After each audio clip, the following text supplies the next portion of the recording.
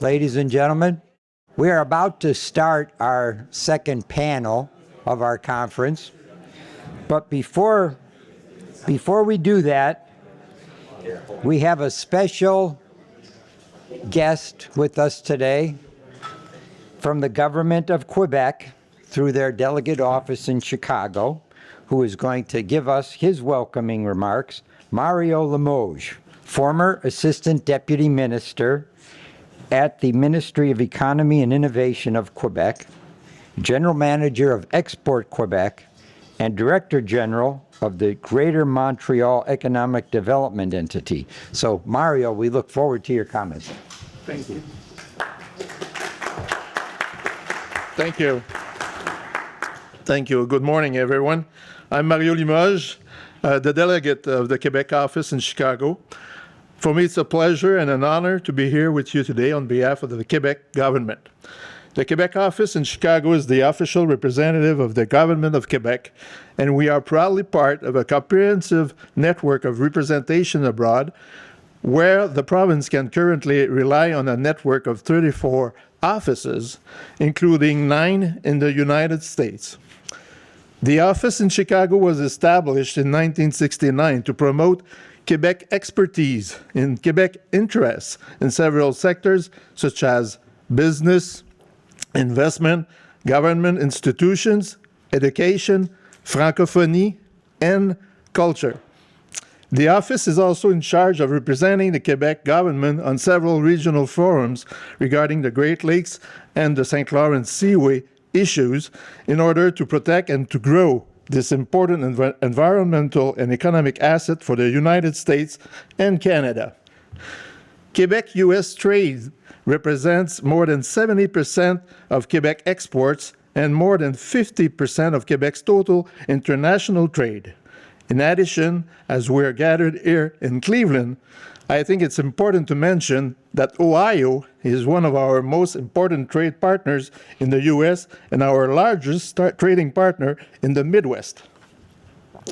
The Quebec office has been a partner with the CUSLI over the past few years, and I'd like to sincerely thank Mr. Petras and his team for having us today, for giving us the opportunity to introduce Quebec's perspective and Quebec's priorities for the upcoming discussion about critical minerals. The Quebec government is committed to fight climate change in all sectors of the Quebec economy, and our 2030 plan for a green economy must ensure that the province contributes beyond its borders, and critical minerals is part of the equation. As we know, critical minerals are required in key sectors of the economy, such as aerospace, batteries, electric vehicles, high technology, as well as life sciences. Je voudrais finalement vraiment remercier M. Jocelyn Douéret du ministère des Ressources naturelles et des Forêts du Québec qui a fait le déplacement pour participer au panel. J'en profite également pour saluer le consul général du Canada à Détroit, M. Colin Bird. I hope we all take advantage of this event to learn and share about very important topics for our economies and our future, and to further develop new Quebec-Canada-US collaborations. Thank you very much. Merci.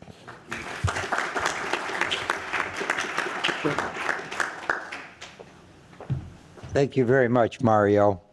It's great to partner with the government of Quebec, and thank you for your support of our conference and for CUSLI. So our next panel is Critical Minerals, Securing a Reliable Supply. And here to moderate this panel is another member of our executive committee, Chris Sands. I did mention Chris Sands last night, but I'm going to do it again. Chris is a seriously recognized expert on U.S.-Canadian relationships. He is a professor at Johns Hopkins School of Advanced International Studies, and he's also the director of the Canada Institute at the Wilson Center. So Chris, I'm going to turn it over to you to introduce your panel and topic. Thank you. Thanks very much, Steve, and thank you, Mario. It was wonderful to have that welcome in both official languages of Canada. Very nice. We have an excellent panel talking about critical minerals here, and this has been a focus of Canada-U.S. Law Institute for some time now, and we're really pleased to be able to bring you this collection of all-stars. To my left, we have Jeff Labonte, who is Assistant Deputy Minister for Lands and Minerals for NRCan, or Natural Resources Canada. Further to the left, Russ Singer, who is Energy and Environment Officer in the Office of Canadian Affairs at the U.S. Department of State. And as already previewed by Mario, we have Jocelyne Duharet, who is Directeur des Politiques Minières in the Ministère des Ressources Naturelles et des Forêts, which is the Quebec Ministry of Natural Resources and Forests, where he is the Director of Mining Policy. So we're really glad to have all of you. The order of introduction turns out to be the order of presentation by mutual agreement, so I'm going to turn this over to Jeff. Thanks very much, Chris, and merci à Mario pour les remarques et l'introduction à notre panel.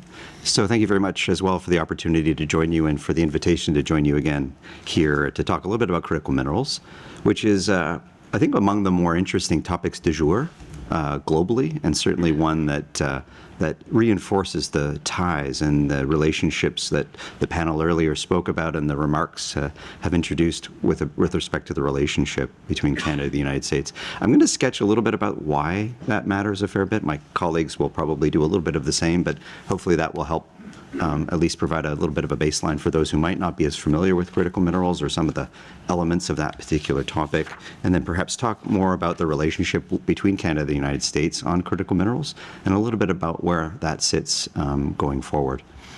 So I think it's fair to say that there's an extreme amount of alignment between the United States and Canada with respect to critical minerals, and it's, I think, equally fair to say that that's happened over time, but it's really accelerated by a number of really significant global events. And those are generally things that shock us into thinking about the world differently.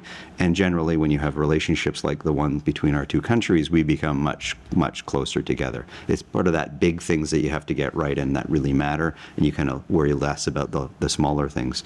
So certainly the events around the world with respect to the supply chain shocks that came from COVID, the impacts of the pandemic, and more broadly, the impacts around the Russian invasion of Ukraine, and some of the actions that have happened globally around some Asian partners around the world or Asian countries taking a particular part of supply chains and focusing their attention on that supply chain that's created dependencies and bottlenecks that then kind of allow for the market to behave in different ways. So if you step back, the issue around critical minerals is really at the nexus of economic security, economic development, national security, and certainly the clean energy transition. So the transition to decarbonizing the economy and moving towards embracing lower carbon technologies and climate change require a whole new set of, if you will, minerals, new technologies, and new implementations. And all of those things are fed by critical minerals. So if we think about energy security that we enjoy between Canada and the United States, we would recognize that we are equally dependent on each other with respect to energy security. We export from Canada to the United States substantial volumes of oil and gas out of Western Canada. Those are extremely important to maintaining energy security in the Midwest and in the southern U.S., right down to the Gulf Coast. But at the same time, energy from the United States flows into Eastern Canada, and we rely on the neighbor of the geography of our two countries and the relationship between our two countries to actually ensure that we each have the amount of energy and the energy in the most effective way possible. That's benefited both of our countries immensely. We're both energy secure because of each other, rather than we're energy secure because of others. And that's a substantial amount. When you look at the transition of what energy looks like into 2050, 2030, energy in the future will be mineral dependent. It will be driven by minerals that supply batteries, minerals that go into air capture, minerals that substantiate things like the electronic goods that we need to drive things that actually run energy systems, nuclear energy, and other forms of energy. So the transition of energy security into the future will require mineral security. So that's a pretty broad policy space that both governments have come to recognize, perhaps at a time when the world has kind of forced us to do so.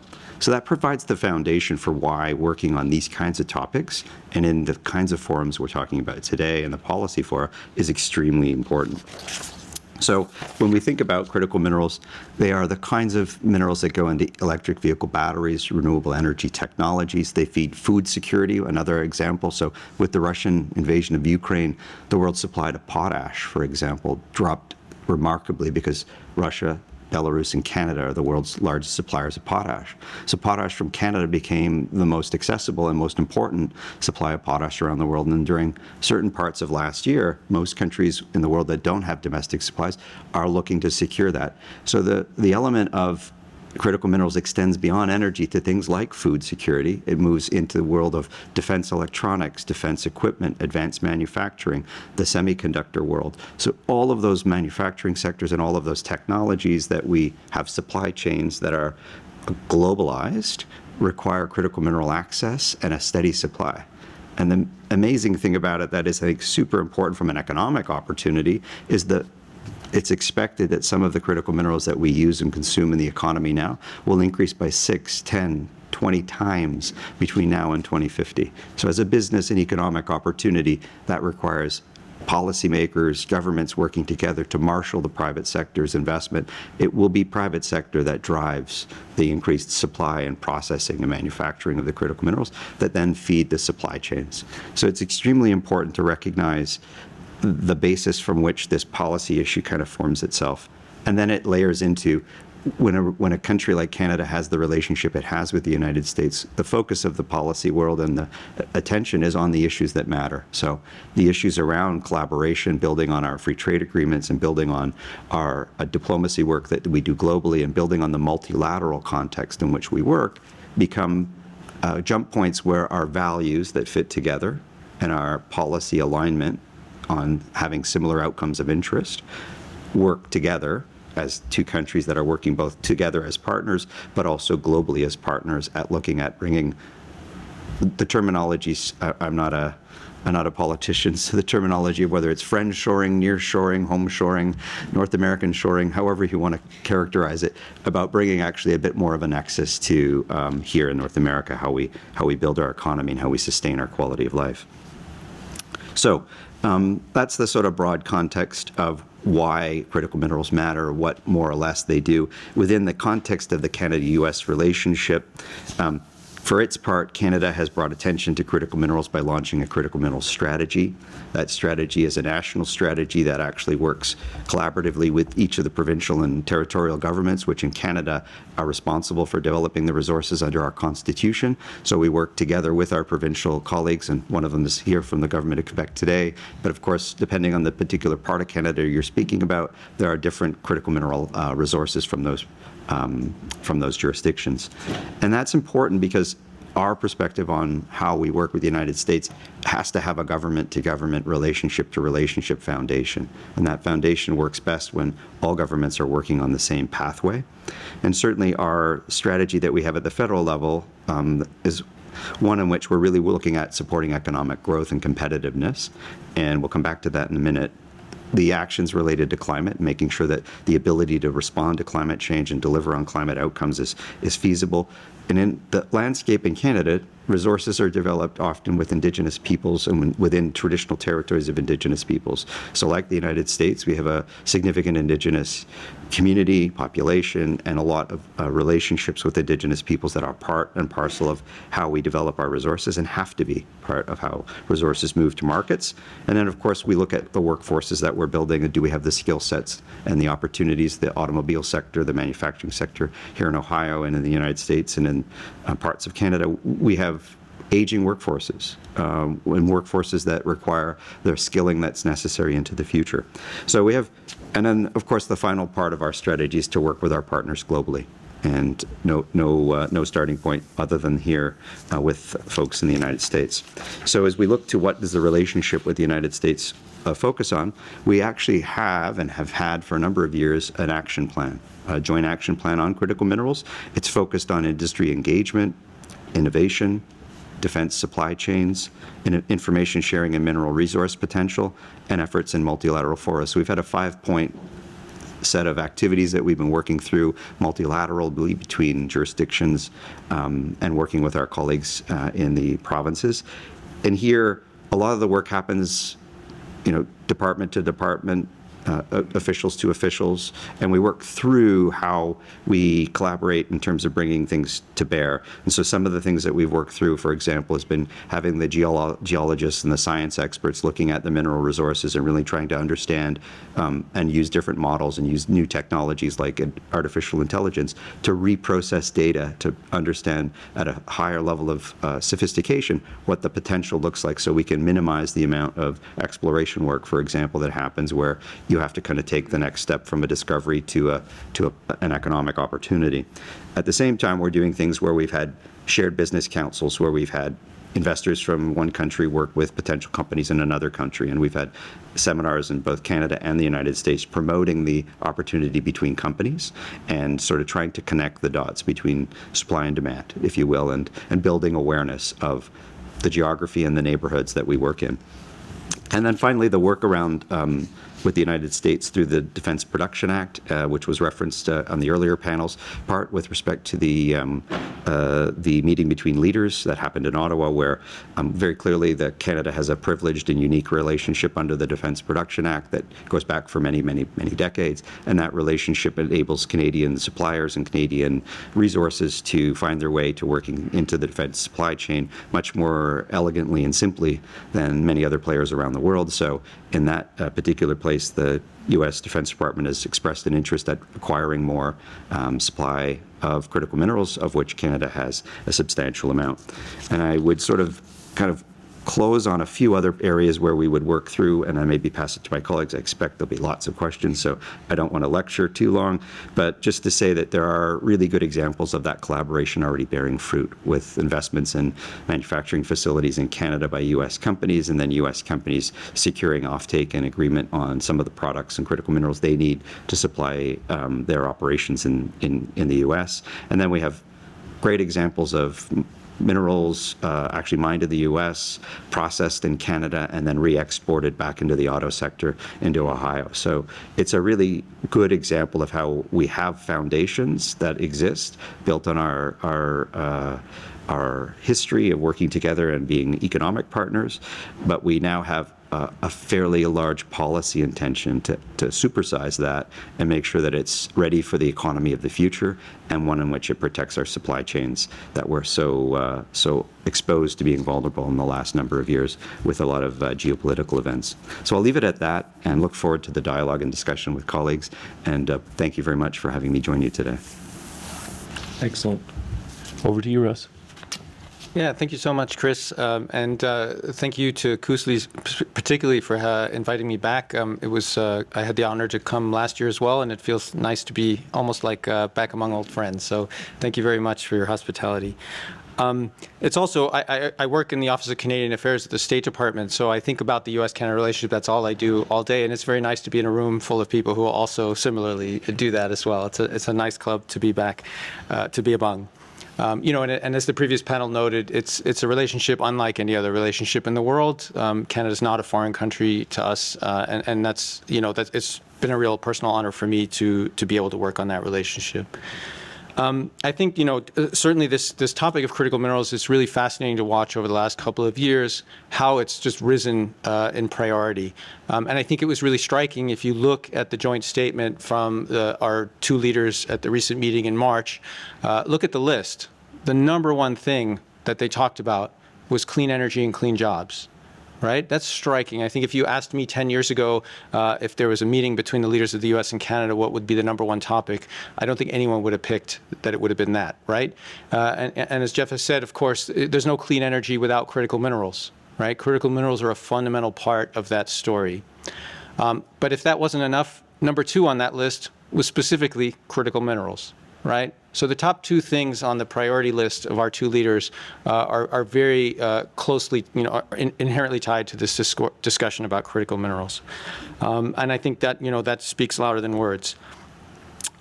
So for me, it's really important to sort of step back and look at the last 2 years and figure out how we got here. As was mentioned, the U.S. and Canada formed a joint action plan about 2 years ago. Well, actually, no, it was in the end of 2019, beginning of 2020, and established a critical minerals working group, a bilateral working group, to work on these issues together. But, back then, sort of the idea was, well, how much can the government do? This is really going to be driven by the private sector. The government was really much more in this kind of cheerleading role of sort of saying, how do we encourage the private sector to make these investments that we think are needed? What can we really do? And so in the course of the years since then, there's been just an incredible transformation in the role of what the governments have done in order to really push this issue forward. And so I thought it would be helpful to kind of look at that. I've been in the Office of Canadian Affairs for 2 years, and it's really been, one of the most amazing things to me to see how fast the governments have really mobilized to sort of make progress, on this file. I'm not going to say it's as sexy as the moon landing or the COVID vaccines, but I think in a couple of years, when we look back, we will sort of see it in that kind of light as a very impressive marshaling of government forces. So why is this, why is this priority? Why is this urgency around critical minerals? I think Jeff spoke to that very clearly. Number one, the climate crisis is clear, right? The recent report from the Intergovernmental Panel on Climate Change was very clear. We've done some things, but we haven't done enough. Certainly not enough to meet the 1.5 degree, limiting warming to the 1.5 degree target. And if we want to succeed in meeting that target, we need critical minerals to support the clean energy transition, right? So that's kind of a fundamental part of that story. The second part of that story, Russia's illegal and unprovoked war on Ukraine, and as part of that, their weaponization of energy, and natural gas in their relations with Europe, right? That was kind of an eye-opening experience and sort of touched on some of these issues about supply chains and resiliency that has really reshaped the conversation on global supply chains. And then, of course, finally, the fact that we have an over-reliance on certain countries regarding the current supply chains related to critical minerals, which creates a vulnerability that we are all very much aware of, right? And so how do we deal with that moving forward? So all of these things have sort of led to this kind of incredible urgency around critical minerals. So just want to, I think it would be helpful to just sort of look at some of the things that the U.S. has done over the past couple of years, working with Canada to try and address these issues. So the first was back in February 2021, when the President issued an executive order looking at supply chains and vulnerabilities in supply chains. That report led to that order led to a report by the Department of Energy, which looked very deeply into sort of these vulnerabilities in our critical minerals supply chains, right? And I think that's kind of set the tone for sort of, underlining this urgency and sort of giving marching orders for the government to sort of figure out how to address this issue. In November of 2021, of course, the U.S. Congress passed the Bipartisan Infrastructure Law, which had quite a few provisions related to critical minerals. That law had $7 billion allocated to the Department of Energy to focus on the battery supply chain, including producing and recycling critical minerals, looking at the whole life cycle, as well as $75 million to look at for the U.S. Geological Survey to look at the mapping of critical minerals resources as part of their Earth Mapping Resources Initiative. There was also a creation of a facility to study minerals at the Colorado School of Mines and some money devoted to workforce development, which is, of course, a key piece of that story. In March of 2022, the President invoked our Defense Production Act, which has already been mentioned, specifically for critical minerals, recognizing the role they play, and therefore unlocking large amounts of money to support both U.S. and Canadian firms. And again, Canada is considered a domestic source under the Defense Production Act, which is, I think, a very unique reflection on the relationship between our countries, right? Under the Defense Production Act, $750 million, which was allocated in both the Ukraine supplemental bill, one of the Ukraine supplemental bills, and then later the Inflation Reduction Act, are now available for projects specifically targeting critical mineral supply chains, right? And again, that money is eligible, both Canadian and U.S. firms are eligible to apply for that funding.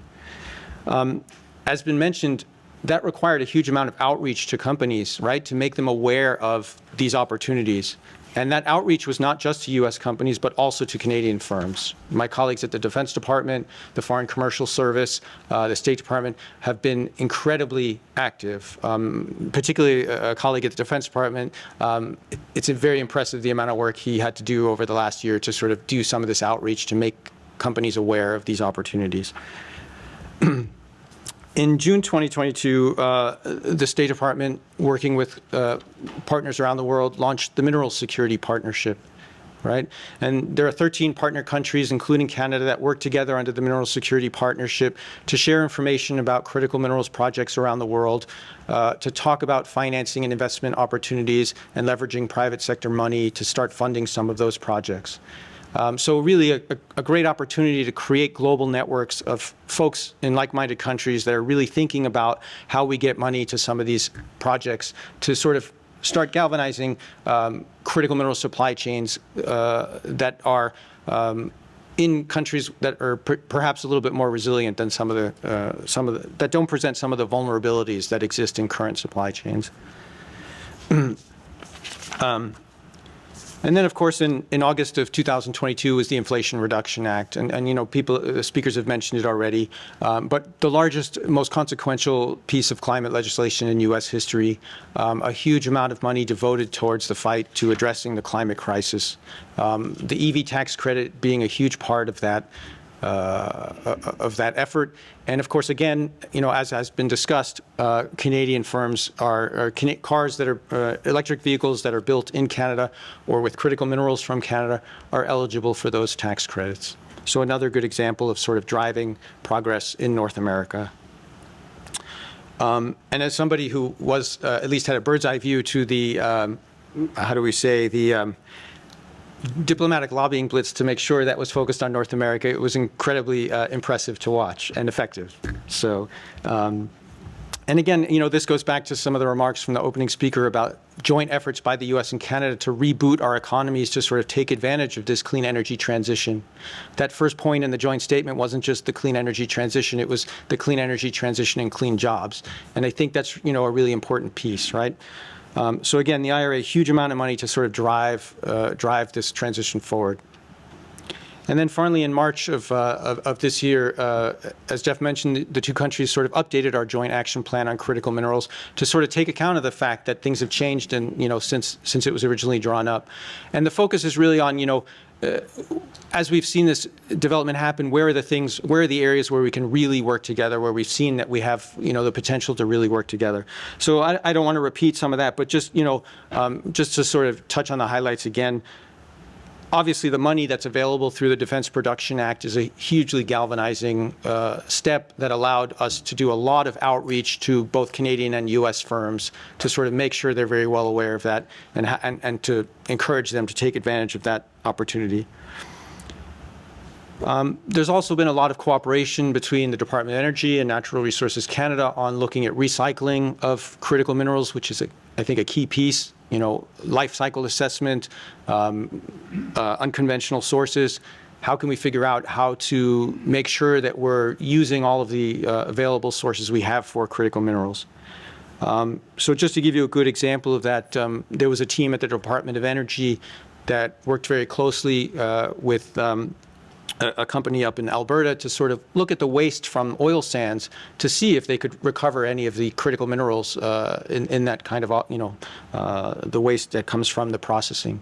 So just a perfect example of the kind of sort of in the weeds technical level cooperation happening between our two countries.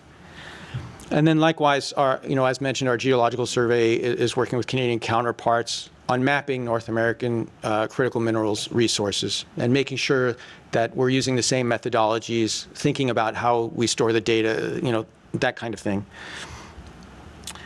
So having looked at those kind of the steps that have been taken, I think the biggest question, you know, are all these things working? And I think the clear answer is an overwhelming yes, right? If you look at some of the analysis in the media about the impacts of these steps, it's almost incredible, right? There was just an article, I think in the Financial Times last week, that said something like $200 billion in new investment in the clean energy space directly due to some of these steps that we are taking. There's been, you know, as has been mentioned, there's been a stream of announcements about new investments. You know, Ford $1.4 billion in Canadian EV production in Canada. General Motors has made a similar announcement. Volkswagen has made an announcement about building a gigafactory in Canada.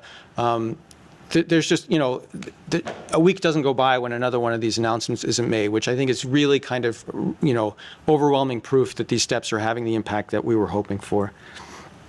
In addition to that, I would say there's been just a huge amount of network building in terms of all of the folks that are, there are a lot of folks, at least in the US government, I'm sure as well in the Canadian government, that are incredibly focused on critical minerals.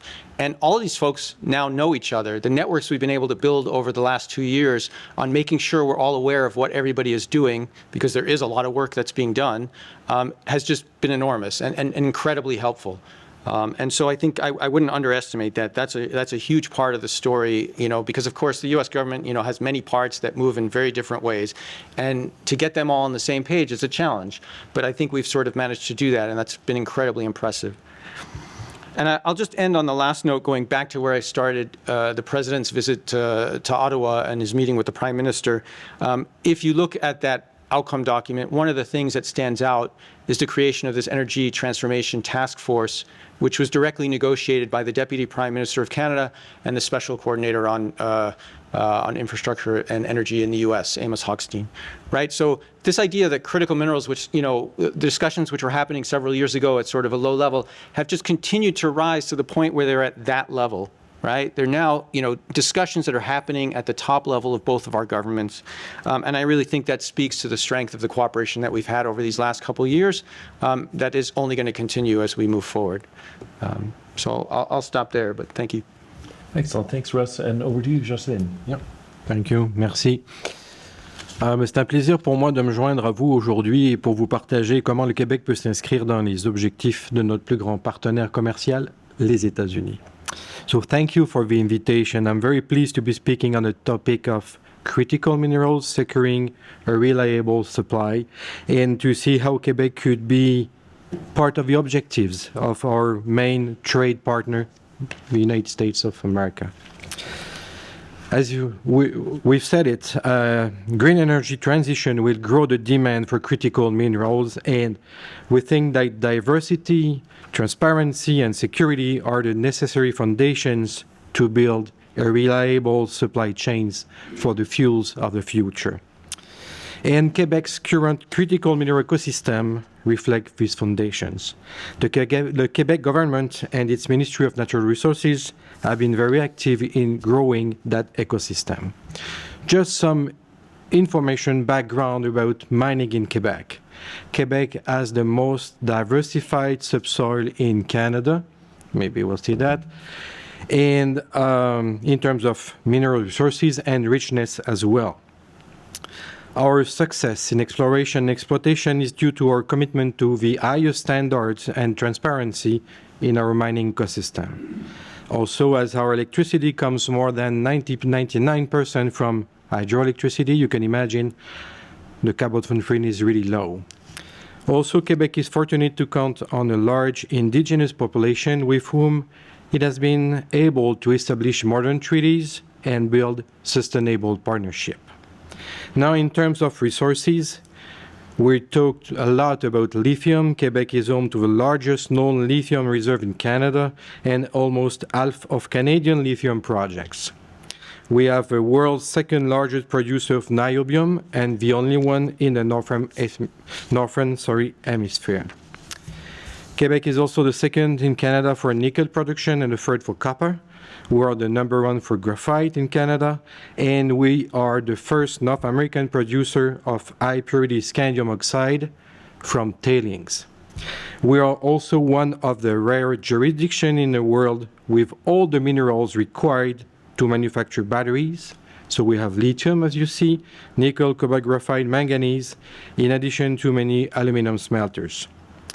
First of all, we will need those strategic minerals for Quebec Majors policy, and as Mario said, the 2030 energy policy and the plan for a green economy 2030. But we've seen that the United States, such as other countries like Germany, France, Japan, South Korea, also consider those substances to be strategic for their economic, technological, and military developments, and are acting to diversify and secure access to supplies, the critical minerals. Following the release of the 2018 USGS, the U.S. Geological Survey list, we've seen that we could supply 25 out of the 40 minerals listed as critical and strategic by the United States. And as the demand for secure access to these minerals grew, we took a step back and we did our homework. In 2019, we initiated a strategic review on the development of critical minerals, including a large public consultation process with the province stakeholders, including First Nations. Parallel to this, Quebec signed a joint declaration with the USGS with the aim of strengthening scientific and technological collaboration on mapping, as it was said, and analysis data on critical minerals. Of course, in 2020, it was said before, the Government of Canada and the United States conclude the joint action plan on critical minerals collaboration. And due to all of this context, the need for critical minerals for us, for allies, we decided to work in and implement a plan, the Quebec Plan for the Development of Critical and Strategic Minerals, that was published in October 2020. It was the first plan of its kind released in Canada at any level of government.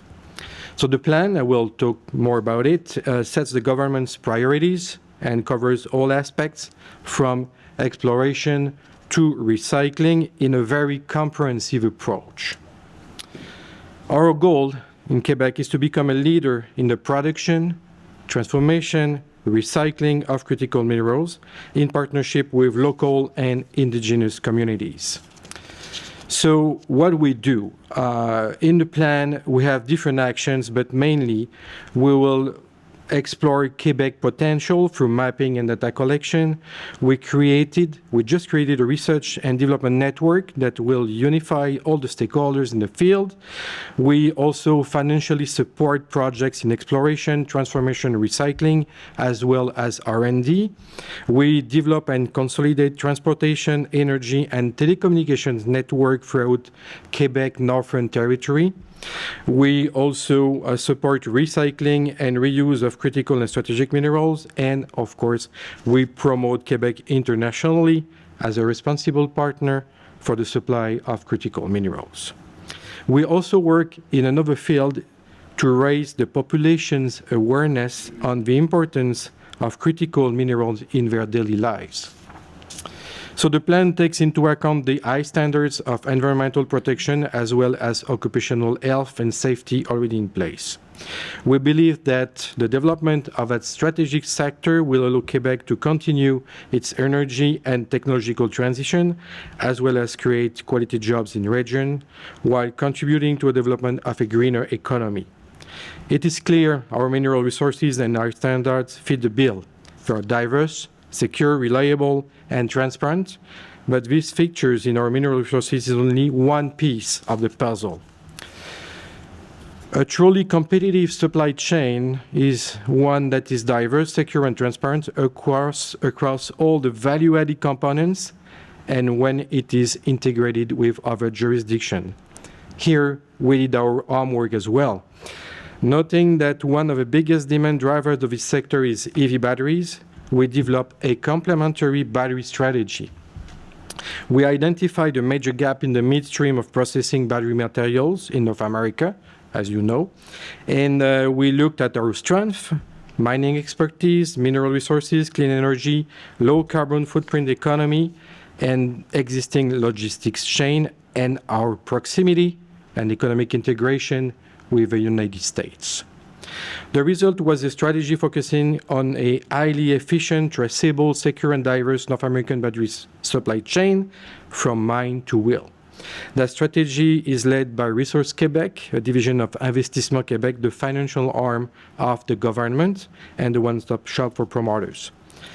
And that vision of a strong North American EV value chain is presently already beginning to take shape. It was said the US company GM, in partnership with POSCO from South Korea, as well as German company, have begun construction on cathode active material facility in Quebec. The CAMS developed in Quebec will power the next mega factory GM is building in Lansing, Michigan. It will also contribute to the development of GM's electric vehicle complex with factories in Michigan, Ohio, and in Tennessee. At the level of circular economy, which is really important, as it was said, lithium recycling has perfected an innovative process to recycle all types of lithium-ion batteries and recover 95% of their components. Last January, they announced the construction of a plant in Quebec with the help of the government, with a recycling capacity of 20,000 batteries a year. So the North American assembly and recycling provision and critical and battery sourcing requirements press upon industry the importance of securing our supply chain. And to do this effectively, one final piece remains: traceability. With the new incentives and the new budgets from the Quebec and American government in the battery supply chain, it's now time to implement this vision. And creating mining, processing, and battery jobs in Quebec will help to create more jobs in the United States, not less, and vice versa. In this global value chain we want to create, Quebec knows it can be a strong link, but without traceability, we cannot assure the origins of our inputs that are secure, diverse, and maintain the high standards we both prioritize. In other words, traceability is the key to make sure we will be part of the supply chain, and it will be certain that we are certified to be part of the EV battery and the EV in the US. So through the Global Battery Alliance and with the help of Quebec company Optel and the government of Quebec and Canada, we are working towards developing a traceability system for critical minerals contained in battery. So the system, once again, will assure governments and consumers that battery parts are produced in Quebec with local minerals and thus meet the highest standard in responsible sourcing. So once again, diverse, transparent, reliable, and secure supply chains are not just keywords for us. Quebec make it happen. Thank you. Thank you very much. This has been a great start, and I want to turn to all of you for questions, but just in case, while you're warming up, I have a couple questions for these guys to draw them out a little bit. Jeff, I want to start with you. You talked about in what you have, the fact that the U.S. and Canada have been collaborating since at least, January 2020. They've been moving forward. We've seen this evolution from one agreement to another. Can you give us some examples, first of progress, sort of breakthroughs or significant achievements we've had so far, and at the same time, not to be a downer, some of the obstacles we still have to overcome from your perspective? Terrific. Thanks for the question. So I think we've got some really sharp examples that can be drawn out, and they're easiest to see in the investments between companies that are making investments in Canada or Canadian companies that are exporting or making investments in the US. And that flow has happened on R&D investments. So the Li-Cycle, the recycling company, for example, in Toronto, that's got a facility in Kingston, is building its hub in Rochester, New York. And it's a good example of where you're taking critical minerals, you're taking technology development, you've got a publicly traded company, and it's working on both sides of the border, and it's got a business plan to sort of sharpen across North America. It's a great example. You had the example my colleague from Quebec talked about with General Motors and POSCO. And the auto industry is probably the easiest one where you draw the examples because there's such a foundation for work, and we heard a lot about that in the last panel. And the transition of the auto industry into electrification is driving that similarly. So successfully, if the two governments continue to work in this path, we would expect an auto future in which there'll be a continued presence of trade and flow between both countries in the auto sector, for the number of decades to come, not dissimilar to the Auto Pact of many, many years ago that created the foundation for what we have today. But that's also now, interestingly, with the focus in both governments, drawing in investment from other countries' auto sectors who have to also maintain and actually build a presence in North America.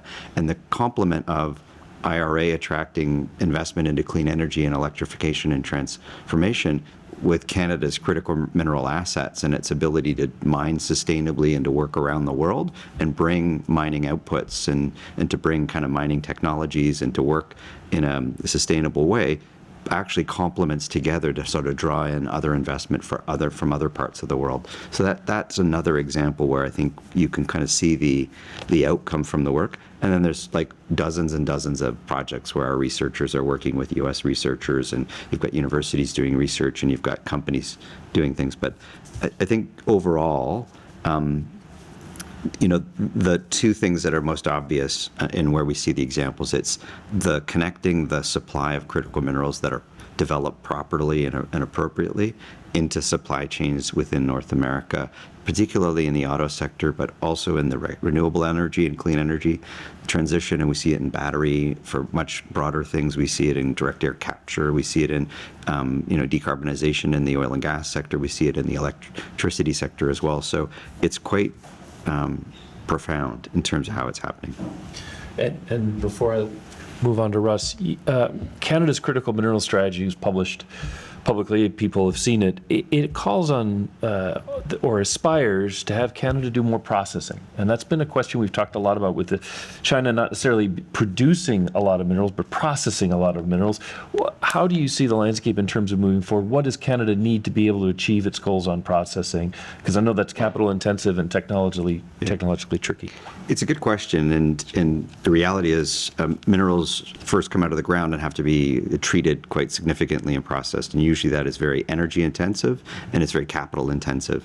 So one of the historical benefits of Canada's sort of large mining community is there are a lot of existing assets that are operating. Some are operating below capacity. Some are operating in situations in which they have technological know-how. They have the ability to actually process more. So we have advantages of building on what we have, and then we have the opportunity to sort of stimulate. And there were some good examples about, because of the mining history both countries have, there's a lot of residual mining waste, overburden, and other things that actually hold critical minerals that 3 decades ago, if you were looking for nickel, you didn't spend a lot of time worrying about cobalt. It just wasn't, the market wasn't huge for it. Or that you might have actually spent mining aluminum and you realize that there's actually other, tellurium and scandium and other minerals that are coming out of that. But there was not really a market for it, and that generally didn't drive investment and nor in the processing. Now we can go and reprocess some of those, and it's happening all over Canada, and it's happening in the United States as well. So we have asset base for sure that we can capitalize on. There is a lot of incentive, so there's investment going into through our program in Canada. We have a $4 billion investment in the critical mineral strategy. Huge chunks of that are actually targeting around processing. The IRA provides some of the incentive in the U.S. for the production. Russ can probably talk about that. But it also connects the virtuous chain of the supply with the processing that then is fed into the downstream or the manufacturing sector. Russ, let me pick up with that a little bit. Are we moving sufficiently fast on this? I mean, there is this sense geopolitically that there's a rivalry with China. There's a lot of concern. You hear it a lot in Washington. Are we moving fast enough? And is there a sense in Washington that we need to maybe kick it up a notch?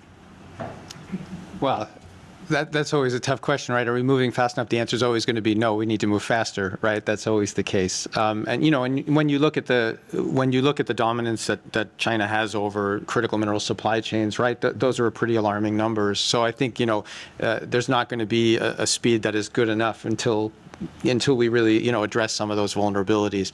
But as I said, this has gotten the attention of everybody in the U.S. government to the highest levels, right? And it's something that I think, if you look at the pieces of legislation that have been passed, it's relatively almost, I would say, unprecedented, the amount of money and resources that are being devoted to this. obviously, the point's been made, right, that the private sector is going to drive this transition. What the government can do is sort of create the policy framework that is supportive and the incentives that draw the investment. And I think, as I said, I think we're seeing that happen in the investments that are coming. And that was a good point, that Jeff made about the fact that we're even pulling investment from other parts of the country into North America. So again, like, we're seeing progress happen. Is it fast enough? It's a very hard question to answer. I'm sure everybody would say we'd like to see it happen even faster. But as everybody knows, right, the process of getting a critical mineral from the ground into a car is not a simple one, and it's a very long timeline, right? I would say that probably the one area that we need to focus on a little more, and I'm way out of my depth on this, but is permitting reform, right? And that's been raised in both the U.S. and Canadian context, and not something that I deal with. But there are certainly other parts of that process that we need to sort of look at and think about, and things where we can always do more.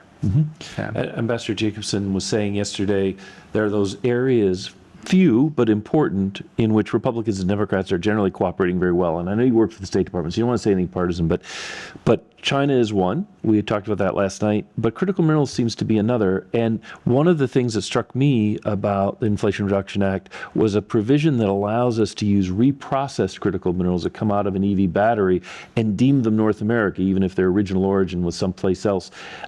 How do those details, some of the nooks and cranny details inside Inflation Reduction Act, how do you communicate those out and spread the word? Yeah, that's a good question, and this is obviously an incredibly complicated topic, right? So there's a lot of education involved with sort of explaining what even we're trying to do here. But I think the point of that is that as has been mentioned, recycling is a huge part of this story, right? These minerals have been around and have been used, and it doesn't make sense to sort of build new mines if we can sort of build our supply by looking at some of the existing sources. And the fact that they came from China at some point, or other places at some point, the technology that's going to be used to recycle those is technology that we're building in North America, right? And I think that's a really important part of the story, and we want to be leaders in that part of the story. And I think that's the message that we're sending out. And our Secretary Blinken, when he visited Ottawa last October, I think it was, he went to visit one of these recycling facilities in Canada that's receiving money from General Motors to sort of work on that kind of recycling. And I think that's an important part of the story.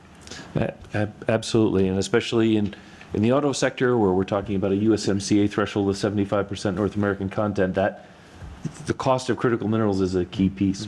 Jocelyn, I want to ask you two questions, but first on that, I've been struck by how forward-thinking Quebec has been about something we haven't talked about a lot today, which is social license. Thinking about recycling and the circular economy as a way to convince the public to back mining, which isn't a feel-good issue for some people in our societies. How has that strategy of reaching the public worked, and has the public generally been supportive for the efforts the Quebec government has had because of those social license outreaches? Well, I would say that most of our resources are located in the north of Quebec, where we have, I said, modern treaties between some First Nations and Quebec since 1975, when the big dams were built. So that means we are used to work with our partners, and lithium, for example, is mostly located in that place. And we're talking about 7% of all of the reserves you have on the planet, and that's huge. And that's the reason why we keep good relationship with the Cree Nations, and they are part of a development as well. So that's the reason why in Quebec we have that kind of advantage, because we work with First Nations for more than 50 years.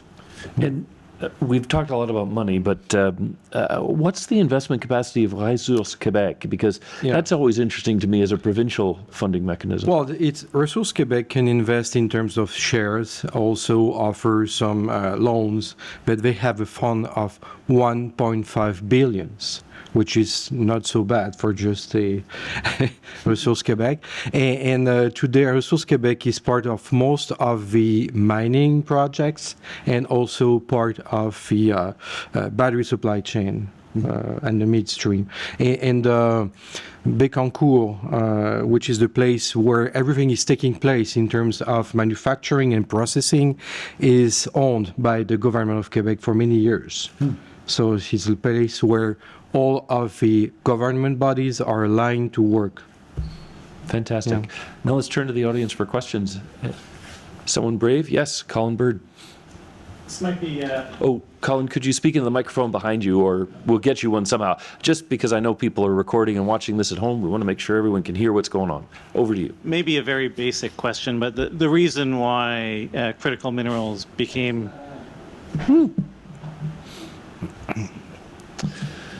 Technical difficulties. It always happens. Please stand by.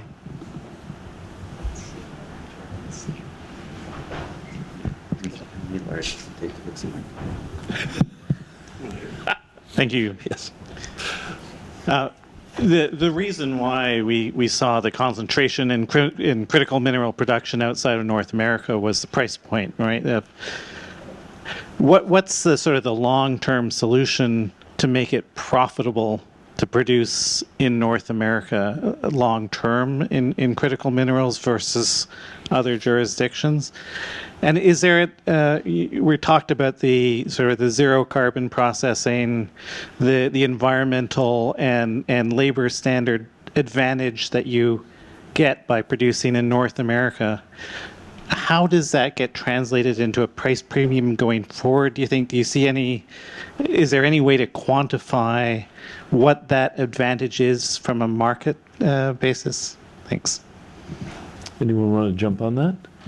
Well, Justin? maybe I will start. There is, maybe you go on. There is no, I don't think there is a price premium. Today, lithium price is negotiated directly between a mining company and an off-taker. And usually the off-taker is working with that mining company because the mining company reach the highest ESG standards they set up.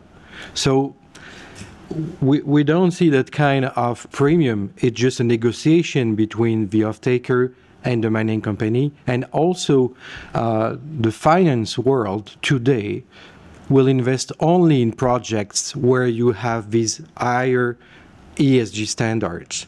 So that means there is no premium, but there is no investment if you do not reach the ESG standards. That's why I can understand from the market. Russ, do you want to build on that? Yeah, I would just add, I think the world has moved on from an era in which we focused on the lowest cost supply chains to one in which we focused on resilient supply chains. I think, as was spoken in the previous panel, there was, we learned a lot through COVID. We learned a lot through, the weaponization of energy. And there's been a realization that when we think about our global supply chains, we have to think about more than just, low cost. So I think that's part of it. And I think that that kind of thinking highlights some of the reasoning behind some of the things that went into the Inflation Reduction Act and other things. But then I would say I would totally agree with what was said about the fact that investors are looking at ESG standards. It's definitely something that's part of the discussion now, and I think that's something that's a real comparative advantage for North America to make sure that we can show where these supply chains went, how what kind of standards were used in order to build this electric vehicle. So that helps as well. So Jeff, do you want to jump in? Yeah, not to repeat anything else, but I think there is a transformation going on in the market between companies who are really committed to recognizing the source material and how was it produced, and that continues to gain momentum through the investment, but it also is through part of what's happening globally as well about standards organizations trying to sort of benchmark that product from one place has actually met a certain set of standards. And we see that in other sectors of the economy, so it would be a normally a naturalized place to go.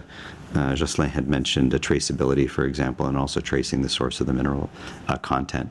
Canada, with the United States, the support of the United States, and a number of other countries launched a Critical Minerals Alliance at COP15, which was really trying to focus on, getting the supply side and the countries that are actually looking at procuring critical minerals and buying into offtake agreements and investment, focused on sustainability being one of the drivers that is how the minerals are produced and how they're kind of repurposed.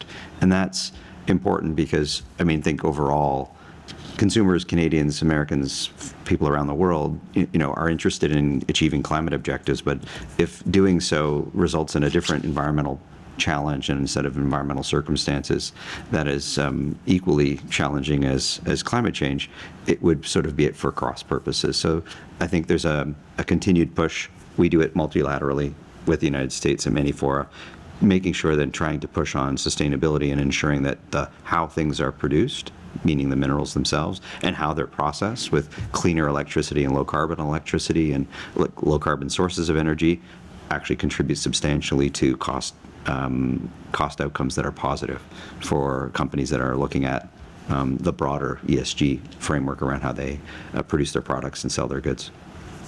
We have a question from Larry Herman here, and then James. Can we? Yeah.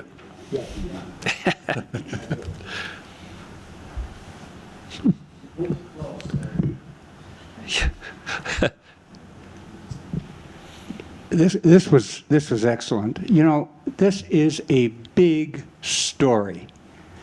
If you look at it globally, I mean, some of the key strategic issues that Canada and the U.S. are facing are on semiconductors and critical minerals.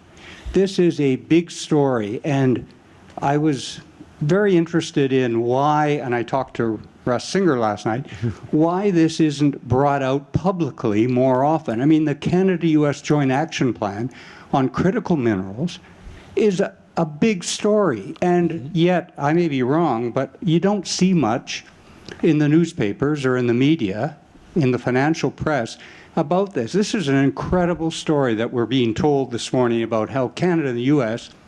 are working together, developing a joint action plan and networks on critical minerals. I find that to be an amazing thing that should be heralded every time Canada-U.S. issues are discussed. And yet, maybe I'm wrong, but you don't really get much public comment about this. As I said, I think this is an amazing story between Canada and the U.S. collaborating. Now, maybe I've missed things, but Russ and I talked about it last night. I'd like to hear what he has to say. And Russ, maybe to contextualize that, we had the bilateral joint action plan. That was, I dated January 2020. I know it was worked on in late 2019. We had the roadmap, which includes critical minerals, and that was February 21. And then we had the Mineral Security Partnership, which launched in 2022. So there has been this iterative process, and we keep building in this direction. Is it a question of a complex issue the public doesn't understand? So you mention it, but you don't expect it to be front page news? Or is this something that we all need to understand better? So I think there's a couple of aspects to the answer to this question. Number one, as everybody has said, and as you can tell from this conversation, it is incredibly technically detailed and very hard to sort of have a soundbite or an easily digestible news piece that sort of captures this.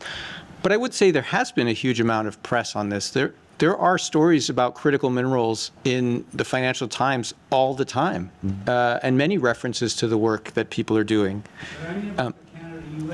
Yeah, so on that, I guess I would say a couple of things. Number one, I would go back to the idea that we know the private sector has to be the driver of this transformation, and our role is really just to catalyze that action, right? And so we don't want to give the impression that, look, the U.S. government and the Canadian government are sitting down in a room and we're going to figure out how this is all going to work, right? Because that's not the reality of what needs to happen. We want to make sure that we're doing the things that send the right signals to the markets, and I think we are doing that. And I think the markets are, the private sector is responding. And you see the stories that should be there, which are the stories about the investments that we've talked about, right? Ford's investment, GM's investment, the Bécancour facility, and these are just kind of coming out all over all the time. And whether the Joint Action Plan gets any credit for any of those is not really important in the end of the day. What's important is that the work is happening. So I think that's kind of, and I guess the other aspect of it is, this was mentioned earlier this morning, right? There is probably a hesitancy to talk about government taxpayer money and how this is being used and whether it's going to Canadian firms. I'm not sure that plays into it, but, I guess at the end of the day, it would be a very hard story to write about, and not clear to me that a lot of people would be that interested in the technical details of what the Joint Action Plan is and what we're doing. It's much easier to write about, a $1.4 billion investment by Ford or, that kind of thing. Jeff, let me bring it to the Canadian context here. It seems to me, watching this debate, that the American press is much more about the geostrategic, perhaps even military uses of some of these critical minerals, very important in our rivalry with China, whereas the Canadian narrative is much more about climate change, which is another global crisis and challenge. Do you find that one or the other makes sense, or are they essentially compatible narratives, but it's a question of what sells well politically in each country? How would you characterize that? I think that's a good question in the sense that it's true. I think the climate narrative drives the conversation in Canada a bit more. And, equivalent to Russ's comment about public investment and how public investment flows, there's always a narrative in Canada about, resources being developed and a value being grown in Canada and about making the best use of the resources that we have to generate wealth in our own country. Mm-hmm. And so that's where, the conversation in our media tends to be about Canada exporting all of its raw critical minerals so that other countries build the batteries, and then Canada ends up buying the batteries from other countries. So that is the narrative that we have, and so we work to kind of catalyze the conversation to talk about building all of the opportunity and making the best use of the sort of existing relationships that we have with countries like the United States. And Jocelyne, I'm just going to bring this to you. First, can you characterize for us how does the Francophone French language press cover these issues, and is it similar? And secondly, Quebec's clearly a leader on this, as often it is. How are your dialogues with other provinces? And are there, is that a very collaborative relationship? Are others looking to your model? Well, we have, I would say, other provinces and states working with us to see how we organize things and how we collaborate with the federal government, because we collaborate, of course, with the federal government.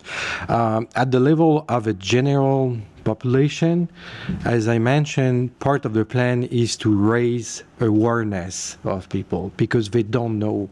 So we have to communicate more about the resources we have. And of course, as Jeff said, for us to do processing and manufacturing in Quebec is part of social acceptability for sure, because we have to add value on what we produce and the resources we have. But we've seen that having value and adding value in Quebec is not incompatible with the value chain we have with the US. We've seen it with GM. GM will produce something in Quebec, add value in Quebec, and it has value for them in the US as well, because it will fuel their other factory in the US. So that means we're able to do both. And that's the position we have in Quebec. And that's the position that will help definitely with the social acceptability in the general public. I'm getting a signal from Steve Petrus that we are going to have to take a break. But before we do, can we just thank this terrific panel? Thank you. Fantastic presentation. Thank you.